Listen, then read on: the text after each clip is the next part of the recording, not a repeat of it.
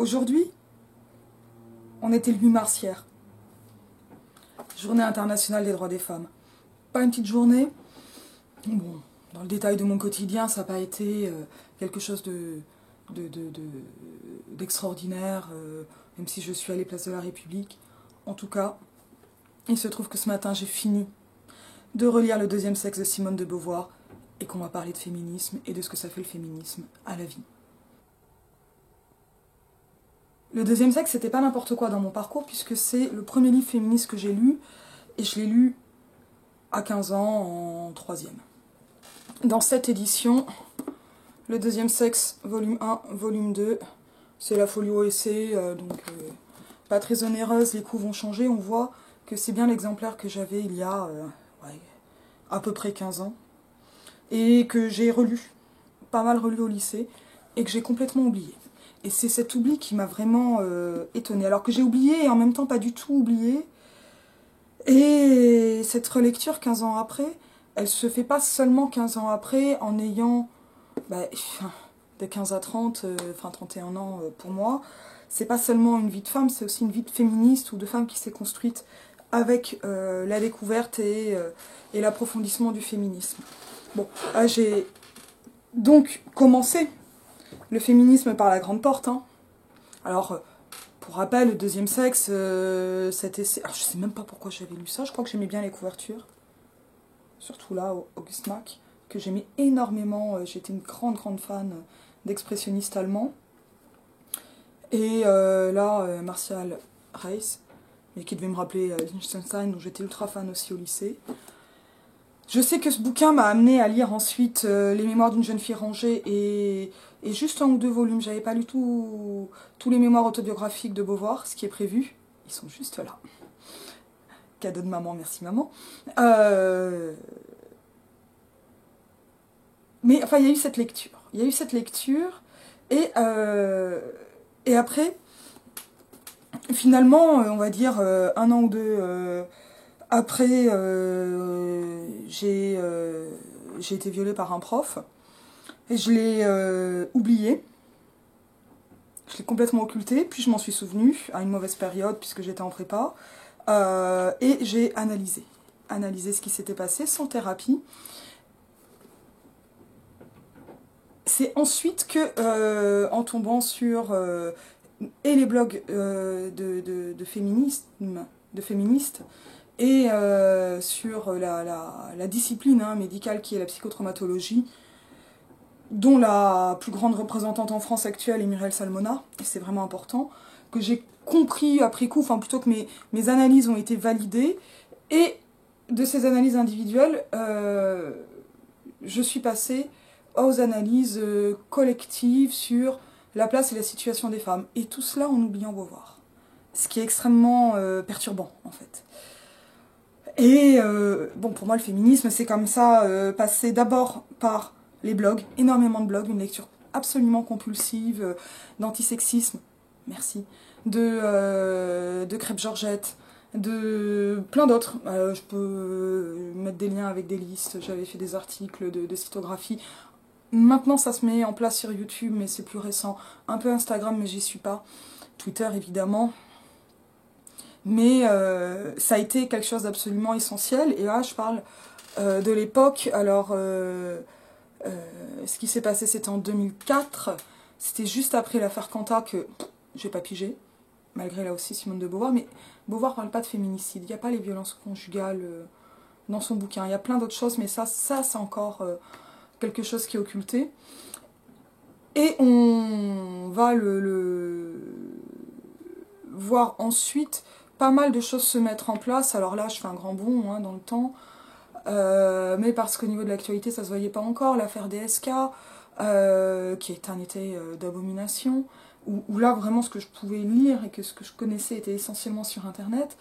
Ensuite, la campagne de Zèle Féminisme, là, on doit changer de camp, qui a été hyper importante pour moi. Pour arriver à la dénonciation du harcèlement de rue, on est en 2012, et c'est aussi une étape très très importante. Lancé par le site mademoiselle.com qui a plein de problèmes, qui est de féminisme mainstream et libéral, mais je refuse de leur jeter la pierre pour ce moment-là, même si je vois bien les différents problèmes et les polémiques récurrentes qu'il peut y avoir avec ce webzine. Beaucoup plus récemment MeToo, qui a été quelque chose d'extrêmement dur et exaltant dans le même temps l'an dernier. Les rassemblements différents auxquels j'ai pu participer. Alors je suis pas trop en asso, mais je vais quand même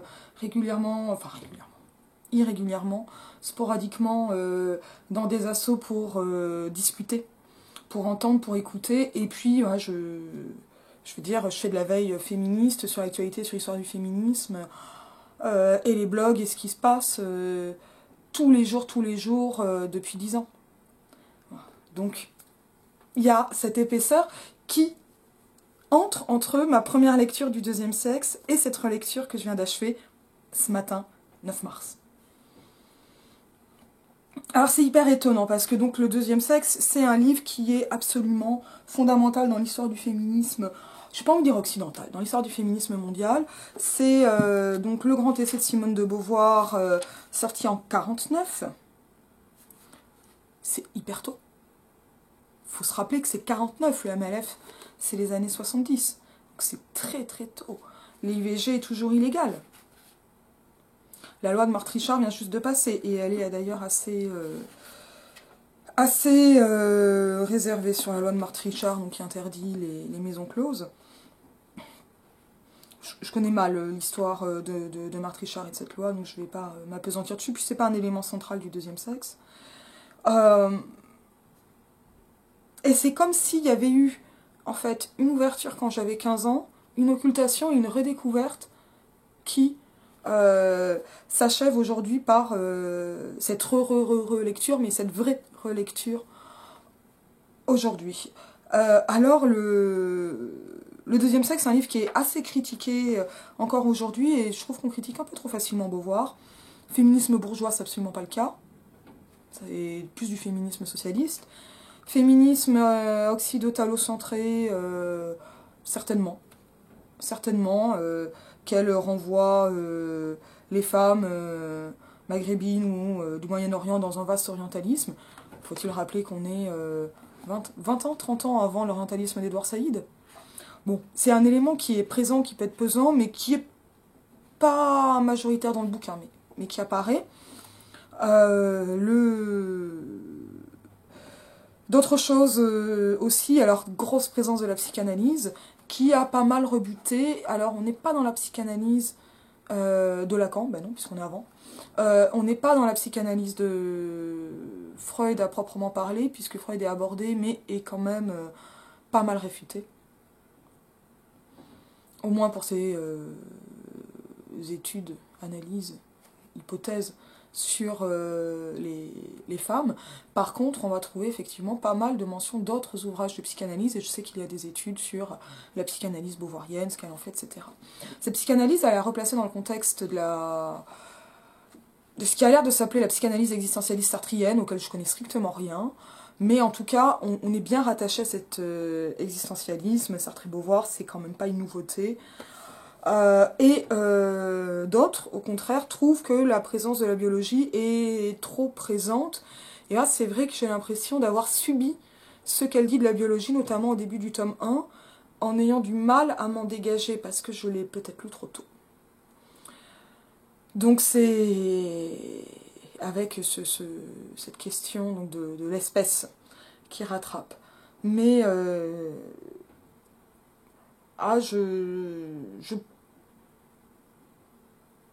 alors au niveau de la biologie, elle a les écueils de son époque, sur la représentation de la procréation, du spermatozoïde conquérant sur l'ovule, tout ça, ce sont des choses qui sont remises à plat ces temps-ci sur ces représentations de la biologie, mais aujourd'hui. Donc là, il nous faudrait absolument une édition critique du Deuxième Sexe, une édition qui n'existe toujours pas, avec ces remises en contexte de la psychanalyse, de la biologie, parce qu'évidemment, que c'est un livre de 49. Moi, ce qui me marque principalement en relisant aujourd'hui le Deuxième Sexe, c'est de voir à quel point, et alors c'est un élément que j'ai pu voir critiquer sur des recensions de l'ouvrage, le recours à la psychanalyse en fait, n'est pas tellement un recours à la... Enfin, il y a le recours à des analyses psychanalytiques, et elle-même peut proposer des choses comme ça, mais on n'est vraiment pas... Enfin, je ne trouve pas qu'on soit dans un grand ésotérisme à ce niveau-là, qu'on peut trouver par moments... Enfin, si on... Alors, moi, j'arrive pas à lire Lacan, quoi, vraiment. C'est très bien, mais vraiment, ça prend pas.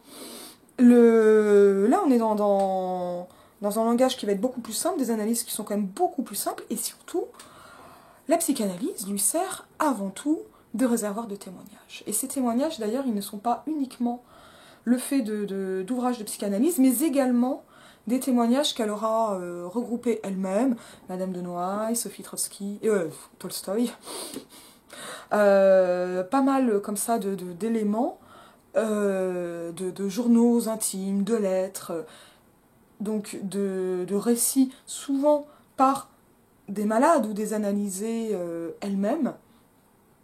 Et c'est ce qui explique aussi que ce soit un gros volume en place. Même si on n'a pas les 2 volumes en même temps dans le sac.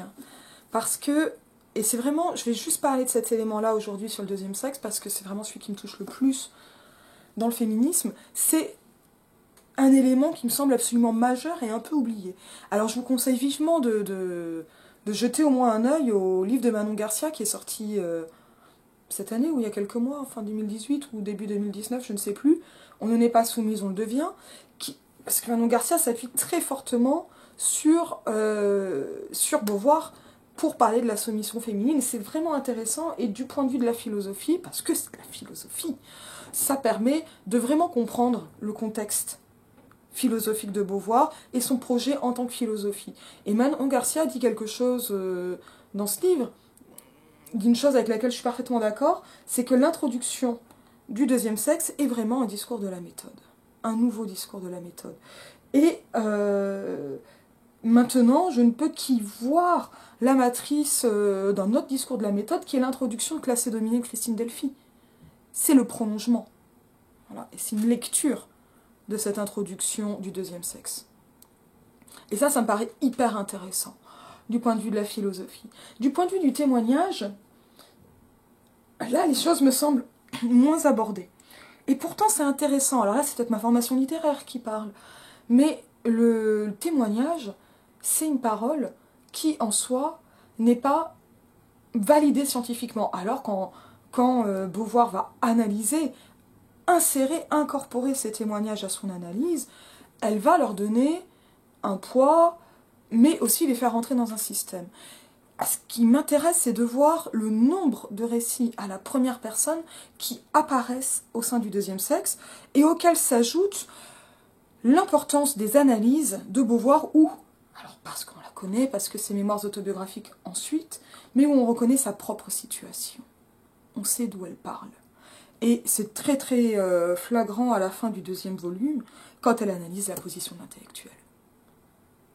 La situation de la femme intellectuelle, prise dans la contradiction de la passivité demandée aux femmes et de l'activité de la profession d'intellectuel, ou des professions intellectuelles.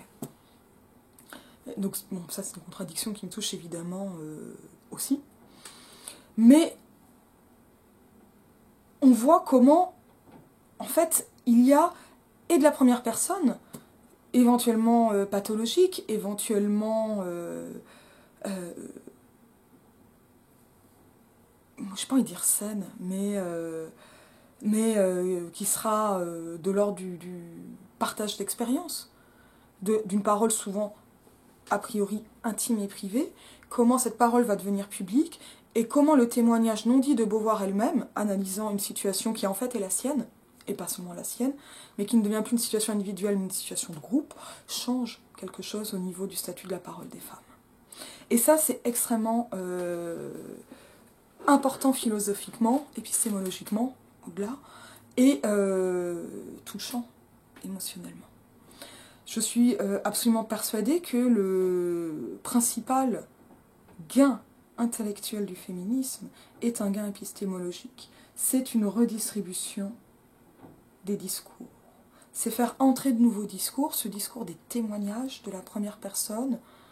Éventuellement, alors ça va jusqu'à la croyance, la sorcellerie, les discours anti-scientifiques, et là c'est intéressant mais compliqué, il faut aller voir du côté d'Isabelle Stengers ou de Starhawk pour en voir un débouché, mais en tout cas sur une parole qui fait advenir une réalité qu'on appelle privée, mais le privé est politique, une réalité privée en fait d'existence.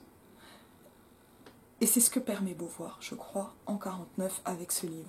Alors c'était des choses qui existaient déjà plus ou moins, il y avait déjà eu des témoignages par exemple dans la presse féministe du 19e siècle, autour de 1830, chez les Saint-Simoniennes, autour de 1848, un peu autour de 1870, enfin 71, ou dans le quotidien féministe de Marguerite Durand, La Fronde.